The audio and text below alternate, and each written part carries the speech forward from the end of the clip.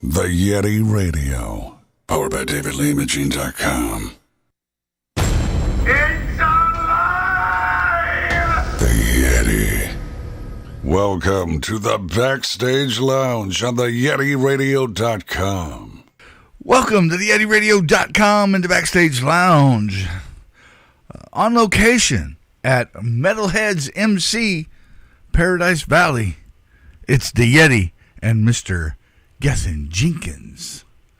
Here's a little tune for you from Mr. Jenkins. Here's Bottle in My Hand on the YetiRadio.com.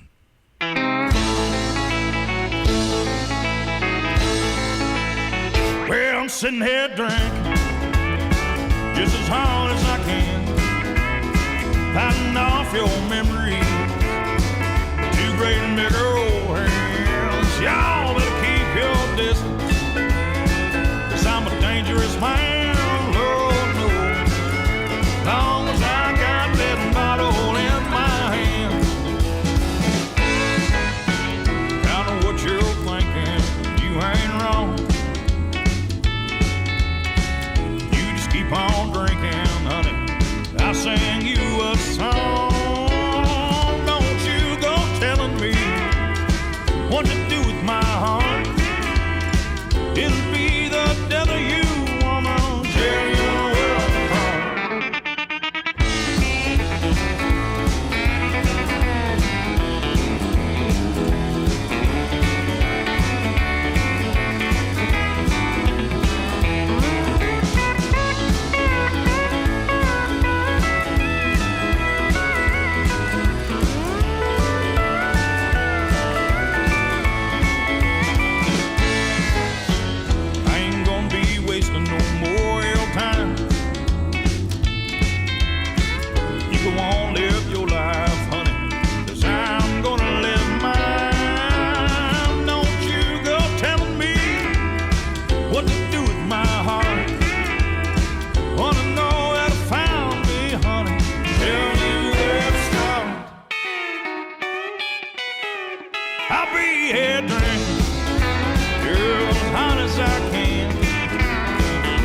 Brand new memories with two great big old hands. Y'all better keep your distance, 'cause I'm a dangerous man, Lord knows.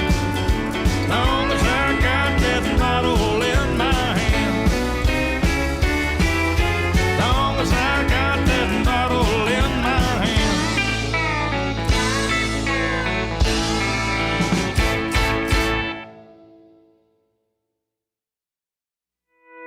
There's another empty promise and another. Good evening, everybody. Welcome to the Yeti Radio. Honor and pleasure to be sitting with Mr. GETHEN Jenkins. Originally from That's where I was born. all right. We're looking here at the phone. Look over at the phone. Yes, sir. Born in West Virginia, raised in the Alaskan Bush. Awesome. How was that? Well, Besides gold, it was rough, man. I'm sure. Grew up on moose meat and salmon. Man, I wouldn't trade for the world. I love Alaska. What brought you out to the West Coast? United States Marine Corps. Okay. Thank you for your service. I see you got an Army head on. You Army dog? Yes, sir. Thank you for your service, buddy. Absolutely. Welcome home. Thank you for your support and your service. Thank you for your music. Well, satellite citation, that point A, baby. That's all about. Well, I've been listening to a lot of it since I found out we were going to be doing this. And yeah, thank you. Oh man, you're welcome. It's great. How long have you been into it? Well, I started picking guitar when I was 8 with my old man in the Arctic Entry Way in Alaska. Started writing songs when I was about 13, and just horrible shit. There's nothing even hold on to. And then I started I got in a band called the Freight Shakers in Long Beach, California. And they were the best country band in, God, I don't even know how far. Just the best musicians you could ever hope for. So we started playing covers, you know, Waylon, Merle, David Allan Coe, Ray Price, you know, shuffles, and they wanted to start a 60s country kind of thing. You know, Johnny Bush and just like Texas shuffle kind of band. And I was more of an outlaw kind of guy. You know, I was more like a Hank Williams Jr. Waylon kind of voice. So we ended up kind of going down that direction and playing just about every honky tonk in California, mostly covers. And I started writing songs. You know, you start off emulating your heroes. You know, I started off trying to sing like Merle Haggard and Waylon Jennings and David Allan Coe, and I was pretty good at it. You know, and then somehow, some way, I got fortunate enough to find my own sound, my own voice anyway, and I started writing songs. And it all started. You let me know if I'm talking too much. It all started in 2013. When a buddy of mine, Billy Folsom, told me that Billy Joe Shaver was coming to town. And at that point, I knew of Billy Joe Shaver, but I didn't really know shit. So I started digging into him and listening to songs that just turned me inside out, you know. So that he was playing at Hollywood's Barbershop, which had a speakeasy in the back. I don't know if I'm supposed to say that on television. And this local promoter was doing the show, and I called him up and I said, dude, I want to open for Billy Joe Shaver. And I said, well, I don't know, we'll see what happens. I said, no, dude, I need the show. I want to meet him. You know, Billy Joe wrote some of the best songs in country music. Absolutely. Well, so I was working a corporate job in Signal Hill, sitting at my desk, and I got a call, and it was a promoter. And I got the job. He says, can't pay you anything. I said, I don't give a shit. I want to meet Billy Joe. And as soon as I hung up the phone, I wrote Honky Tonk Life, which is a song about what Billy Joe has done in his life and what I want to do with mine. I still think it's one of the best songs I've ever written. I wrote it in 20 minutes at my desk, right there, because I was so excited to meet the man. And that show, Dwayne Betts was there, you know, Dickie's boy showed up. And Billy Joe pulled up with his band, Jeremy, his guitar player, and an old beat-up Dodge with a big old dent. The back door wouldn't even open, you know. And he comes out, and he's wearing, that's why I wear these shirts, Billy Joe. He comes out, hey, what's going on, you know? So he watches the show. We opened for him, obviously. And the last song was Lonesome Honoring Me. I come off the stage, and he comes up to me and shakes my hand. He says, God damn it, I thought Waylon Jennings was singing, he said. And, well, being you know, new into the music thing and, you know, doing my own songs and everything, it meant the world to me. And I got to play several shows with Billy Joe. I had Billy Joe's last song, Close Mortem. He gave it to me right before he died. It's called Don't Give a Damn. And that's going to be probably on my next record. Awesome. So that's the show that changed my life. And made me, you know, and several other things as far as, you know, somebody coming up to you and saying, this old prison helped me get through my dad dying of cancer or something like that. You know, I mean, I make hundreds of dollars a year doing this, Yeti. I don't make any money. But I did have a guy fly all the way from Australia and say, you saved me from shooting myself in the head. I mean, so you can't put a price on that, bud, you know? Not at all. So anyway, that's why I play music, because I've always liked touching people. Since I was 13, I'd go to the 7-Eleven and I'd steal a toy, but I'd make the cashier laugh, you know, like that was my thing. And now with music, hopefully I'll get the opportunity, if I ever get some big shows, and doesn't matter the size, it really doesn't. It matters if people are receptive and they're picking it up, to move more than one person at a time, to take them away from their everyday bullshit, especially now in this day and age. Absolutely. And say, hey, it's all right to fucking cry, you know? It's all right to be happy. And just move them, but for a second. And that's what I'm all about. And that's what I'm going to spend every minute of my life that's left doing. Or at least trying. And that's all it takes. You move one person an inch, and it means a lifetime of change for some. Very well could be, huh? Absolutely. That's a good point. That's kind of why I do what I do. It's a platform for people that don't get to one of those platforms. Yep. And it's an opportunity for people to get to meet you and this way. And when this is all done, in the end of the whole package, there'll be a song at the beginning and a song at the end. Typically, when we're in the studio, there's one in the middle, a little intermission song. But yeah, it's just, this is like a digital bio for people to go, okay, I like this guy. I like his music. So they'll start following somebody from that aspect. And hopefully catch one of your shows live. And how long have you been doing just you? Or is this? Shoot, I guess it was probably once Sony, I got a record deal with 5 Records, which led me to Sony, and we did Western Gold. My old band kind of went their way, and I kind of went mine, and that's when shit got real. Right. As far as going to Nashville and walking into these record labels and publishing companies and slinging your guitar across the leg and saying, here's my song. And something I had never done. I mean, you talk about scared to death. I mean, I went to the place where Luke Combs had his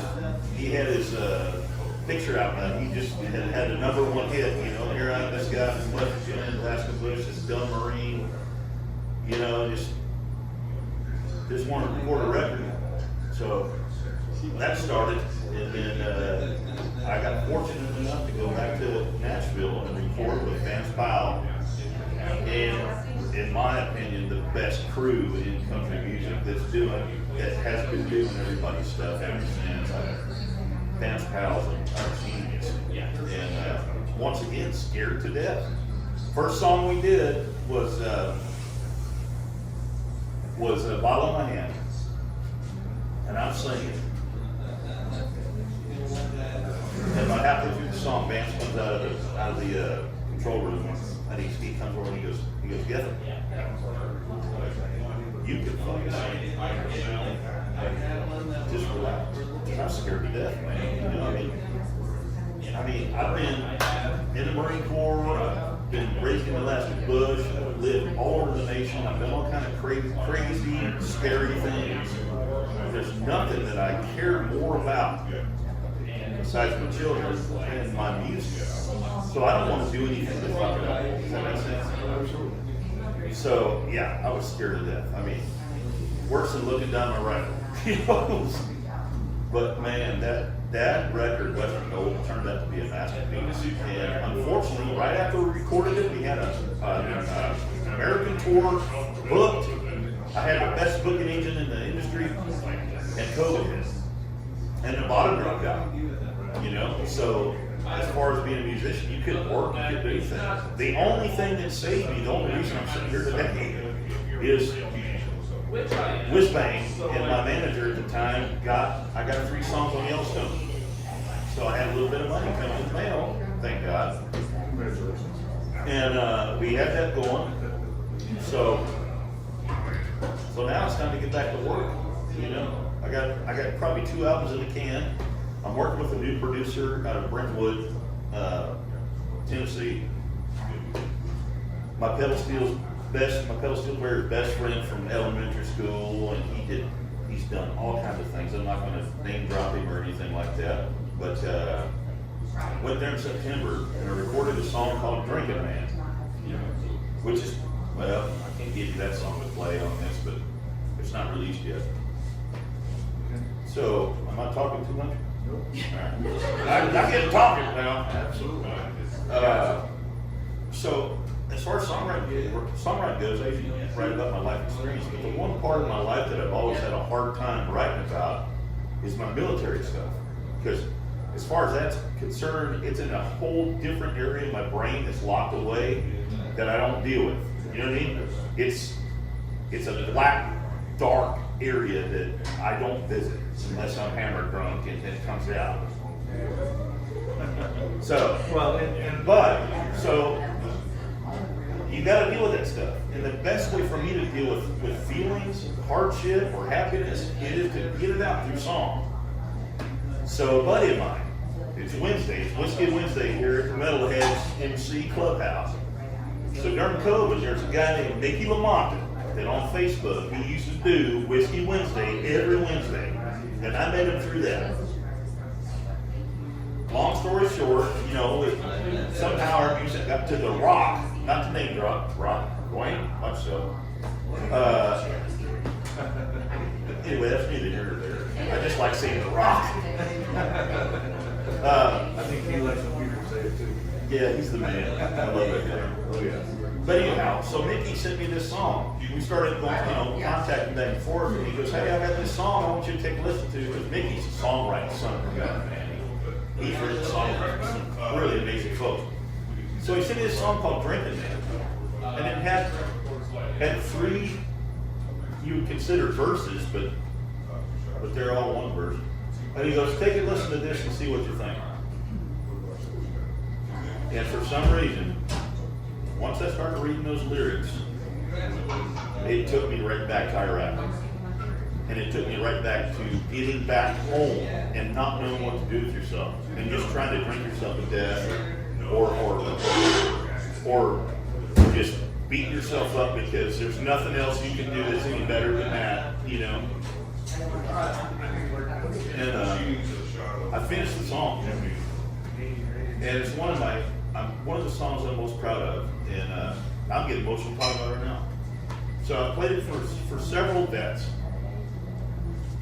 So that's probably going to be my title track of my next album, is "Drinking Man." And I want a partnership with every veteran association that I can come up with. I've worked with We the Mighty, Wounded Warriors. I've worked with Red, White, and Blue, Equestrian Center in Tehachapi, California. I want to get everybody together and I want to drop this bomb on all the veterans at the same time so it reaches the people that need to hear it. Because the song's about realizing that it's not over. You're still strong, you're not alone, and you have so much to contribute to this world. And that's what it's about. And I couldn't be prouder about it, man. I'll play it for you tonight. It's not mastered, but you'll hear it. So I want to do a VFW tour all the way across America and donate all my tips to the VFW. That's my next move, guys. That's my next move, man. Because they need the help. Yes, they do. So much. We compartmentalize and block it off because most of what we compartmentalize, the average civilian could cope with without the training that we went through and then the scenarios we went through. Combined together, that's how we hold it together. When you drop that information on somebody that knows nothing about it, it still hits them. Even the civilians that haven't been through it, still, because civilians got their own wars. They got their own things going on. And just because we did what we did doesn't mean they're not struggling every day too. No. So, and that's one of the amazing things that I'm so proud about this song is I played it for a couple of guys that didn't go to war. They've never served. But they're badass Americans busting their ass every day at work. And they get down and they need to know that, hey, we're not alone and we got a lot to do still. So, hey, come on with it. You know what I mean? Bring it on. Bring it on! I don't know why I'm yelling. I'm passionate about that shit. Absolutely. You should be. I love Because veterans. it means the world to you, to me, the veterans, the people that support the veterans. And Yeti, when do you think we're going to get paid for this interview? I don't know what we have for art, but it's okay. Because we're having fun. Yeah. Where's your favorite place to play been so far? Well, it used to be Pappy and Harriet's. It's a magic place. Joshua Tree, California. I know a lot of people that don't like California. Most people that don't like California haven't spent enough time there or in the right places. But Pappy and Harriet's is in Joshua Tree, and it's a sacred place for music. It's not the same as it used to be, but change is inevitable. My favorite place to play as of right now is the Bird's Nest in North Carolina. What's the name of that town? Dunn, North Carolina. Yep.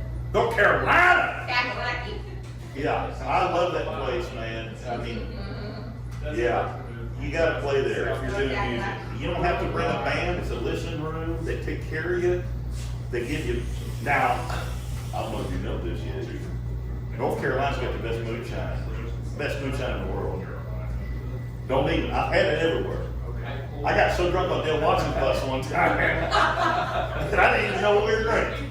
But anyhow, if you're a musician and you're watching this, go to Dunn, North Carolina and see Sean and play the Bird's Nest. Guarantee that. Lifetime fans. I got $100 tip there one time. The day after the show, Yeti. The day I was after. walking out I was staggering out of the hotel. I still had a jug of moonshine and I put it in her little pocket and I said, let's go to Whataburger, baby. We ain't high on the hog today. No, where's some place that you'd like to play that you haven't played? I want to play the Troubadour in Beverly Hills. There's a list, actually. Red Rock. Yeah, I don't think that's realistic at this point. I don't know. I mean, you really got to be. No. You got to be structural big to do that, but you know, I want to play wherever they need me. That's where I want to play. You know, I want to play wherever folks are podunk towns with 10 people. You know, I mean, I like to stand on that circle in the Ryman one time, and play a couple of my best songs, you know, and see how it falls. But that's conceivable. That might happen down the road. I'm still young, man. I look old, but it's hard living. You know? Oh, yes. The Marine Corps hard on a boy now. I'm Blake.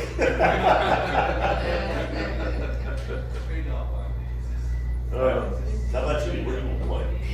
I don't play. I'm a fan. I'm just messing with you. I appreciate what you do. I just want to interview everybody. I want to bring everybody in. I have a studio at home that's set up and designed for that. It's a big couch. And it's nice and comfy and cozy. So, Well, I could have come to you.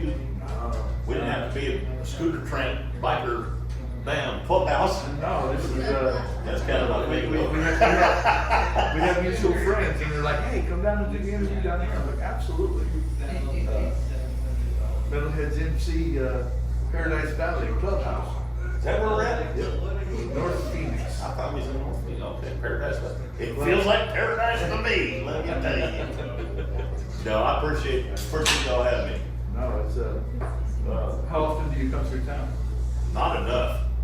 Like I say, or I told you off camera or off television here. I haven't done anything in 6 months because my uncle's Vietnam vet and we had some things going on and Right. I went ahead and just, yeah, he's one of my heroes. And yeah, we helped each other out. How about that? Absolutely. Went down and spent some time at the VA and flirted with all the nurses. And the lady ones too. But I'll be coming through town pretty often now. It's time for me to get back on the road, man. I got a bitchy band. Got a bunch of young guys that are hungry and they love to play that hard edge country, you know. That kind of pushes the envelope a little bit. You don't know what you're hearing, but you just like it. So what all you got going on after this? You mean in Phoenix? Or in there? Well, okay, here's my plan. I don't know how long we got here. Shit, I gotta play some guitar here soon. Okay.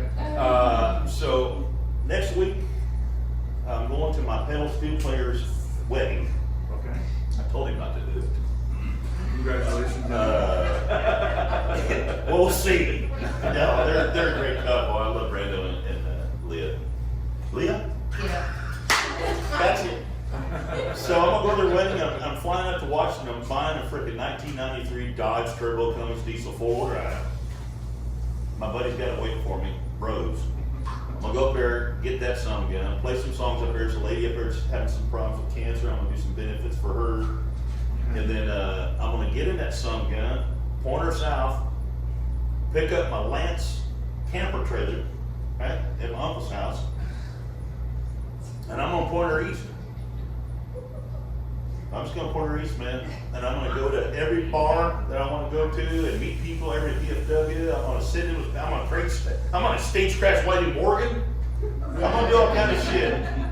It's like a soul searching thing, you know, or just, I don't know, an adventure. It's been a while since I had a good adventure. Make contacts and then come back, get my band loaded up and kick them in the teeth, buddy. All right. I'll be stopping in Nashville recording some more songs. Well, I gave you my card. You can send them to me when you get ready to release them, and I can put them on the show. I'll do it, man. I'll do it for sure. I'll be sending them sun guns everywhere I can. Anybody that'll listen, Right. turn it up, dude. All the way up. Yeah. It's the only way Well, to do it. 3/4 volume, otherwise it distorts, you know. Tweak it a little bit, you can get all the way up. What'd you call me?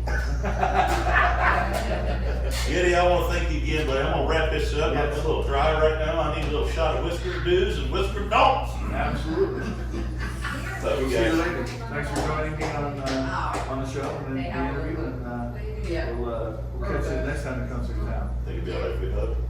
That's just straight West. No, you can stand up. Yeah. Hey, buddy. Yeah. Help you little guys.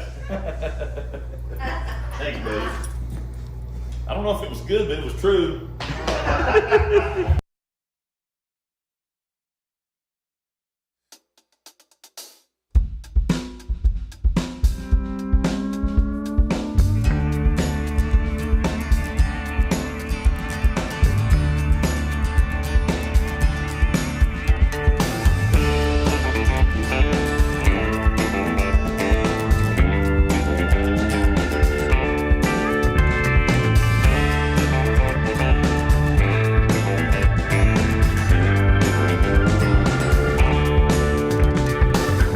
One night stand in Mississippi,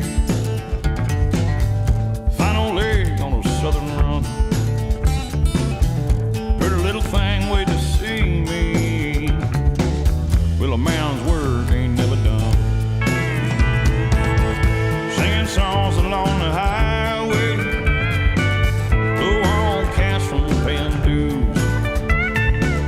All these memories I'm chasing, gotta get my mind back to you. Yeah, don't get no implication, ain't that kind of situation here, and I'm looking for a soft place to lay. So have your way for today, but don't hold on tight. I can't seem to find the end of my restless ways.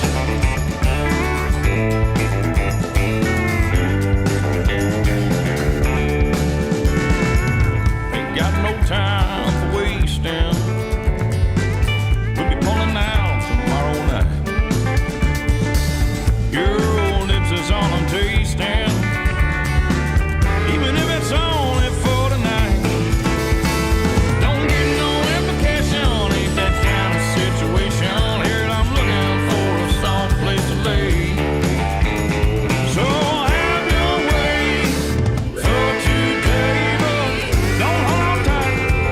I can't seem to find the end of my restless ways.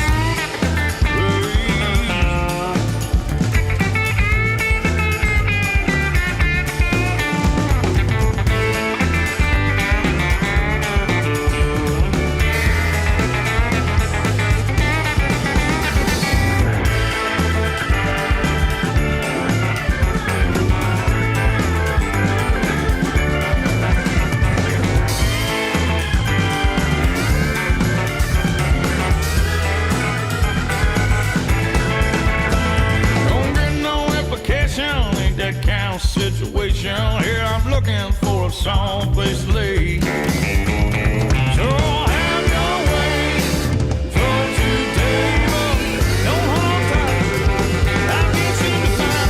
Don't get no implication, ain't that kind